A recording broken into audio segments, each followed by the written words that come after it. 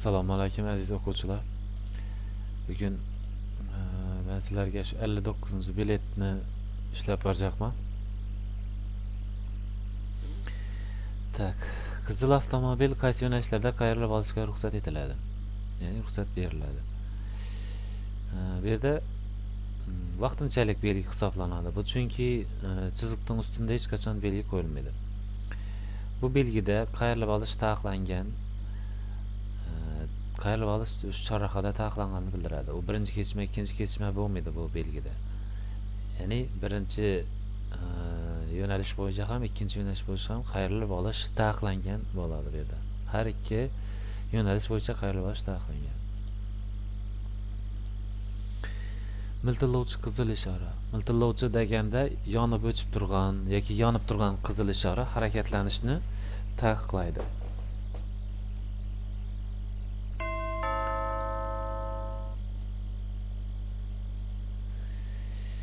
Aholi yashash joylaridan tashqarida ikki tomonlama harakat tashkil qilingan ikki tasmali yo'llarda tezligi soatiga 50 km dan oshirish mumkin bo'lmagan, shuningdek uzunligi 7 metrdan ortiq bo'lgan transport vositalarining tarkibining haydovchilari o'zi va oldida harakatlanayotgan transport vositasi orasida qancha masofani saqlash kerak? Ya'ni shunday masofani saqlash kerakki, bu uni boshqa mashinalar quvib o'tib, shular orasiga kirib va xavfsiz quvib o'tib shu uchun shunday oraliq masofani saqlash kerak. Ya'ni uni boshqa transport vositalari quvib o'tganda shuga kirib, keyin ro'parada mashina bo'lmagan holatlarda yana quvib o'tmaga chiqish kerak. Ya'ni ularni quvib o'tayotgan transport vositalari oldin egallagan qatorroq bemalol qayta tizilishi uchun imkon beradigan masofani saqlash kerak.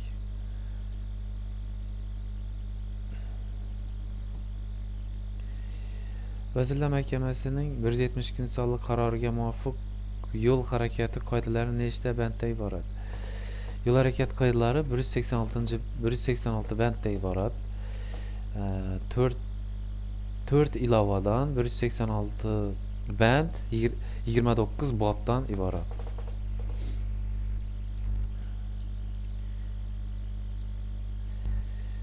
Yo'l chiziqlari nechta guruhdan iborat? Yo'l chiziqlari ikkita guruhdan iborat. Tik chiziqlar va yotiq chiziqlar guruhidan. Yo'l belgilari 7 ta guruhdan iborat bo'ladi. Velosipedni boshqarish necha yoshdan ruxsat etiladi? Velosipedni yo'llarda boshqarish 14 yoshdan. Yopiq maydonlarda, ya'ni turar joy dahalar, binolar orasida yopiq maydonlarda, ya'ni yondosh hududlarda 12 yosh, undan kichiklarga ham ruxsat beriladi. Lekin yo'l davlat ahamiyatiga ega bo'lgan xalqaro hududiy yo'llarda 14 yoshdan boshlab, moped, mototsikllarda 16 yoshdan boshlab, yengil avtomobillarda 18 yoshdan boshlab boshqarishga ruxsat etiladi.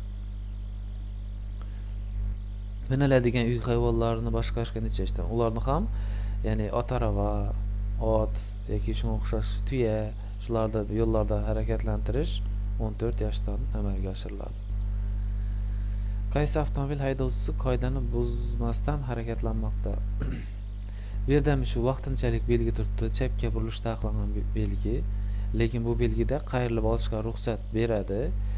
Chetki chap bo'lakdagi, ya'ni ko'k avtomobil bu belgida chapga burilishga ruxsat berib turgan, ya'ni chorrahada tasmalar bo'yicha harakatlanish yo'nalishini bildirgan belgida qayrilib olishga ham ruxsat beradi.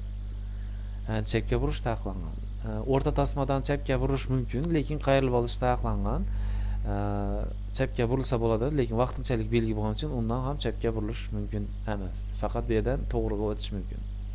Demak, bu yerda buzmasdan ko'k avtomobil harakatlanmoqda.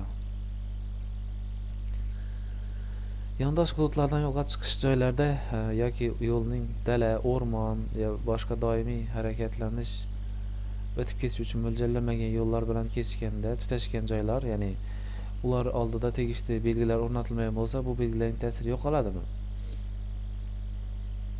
Agar bu belgilar ta'sir oralig'iga ega bo'lgan belgilar, ya'ni taqiqlovchi belgilardagi bu belgilarning asosan ta'siri chorrahagacha deb aytganmiz darslarda. Chorrahagacha taalluqli bo'ladi, tegishli bo'ladi ta'siri. Lekin yondosh hududlar chorraha hisoblanmaydi. Shuning uchun o'rmon, daladan chiqqan yo'llar bular chorraha hisoblanmaydi. Demek bu belgilerden hali ta'siri nechaytmaydi, yo'qolmaydi, hali davom qiladi.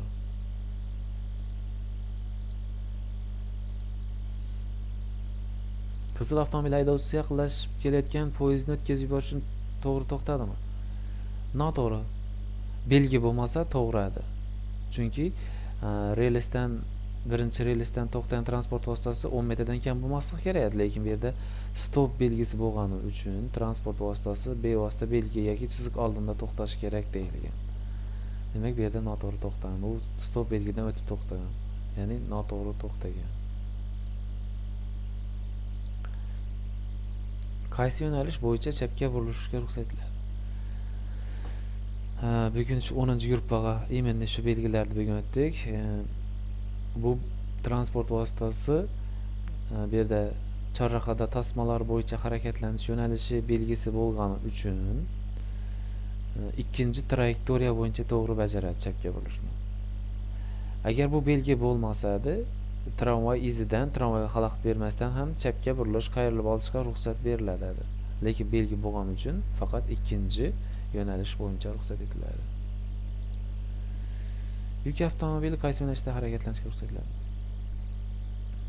Demak, yuk avtomobili chetki chap tasmaga chiqqan yuk avtomobili, ya'ni bir yo'nalishda 3 va undan ortiq tasmali yo'llarda chetki chap tasmaga chiqqan yuk avtomobili va 40 dan past bo'lgan transport vositalari faqat bu yerda chapga burilish, qayrilib olish uchun chiqish kerak edi. Demak, qayrilib olishni taqiqlovchi belgi turibdi bu yerda.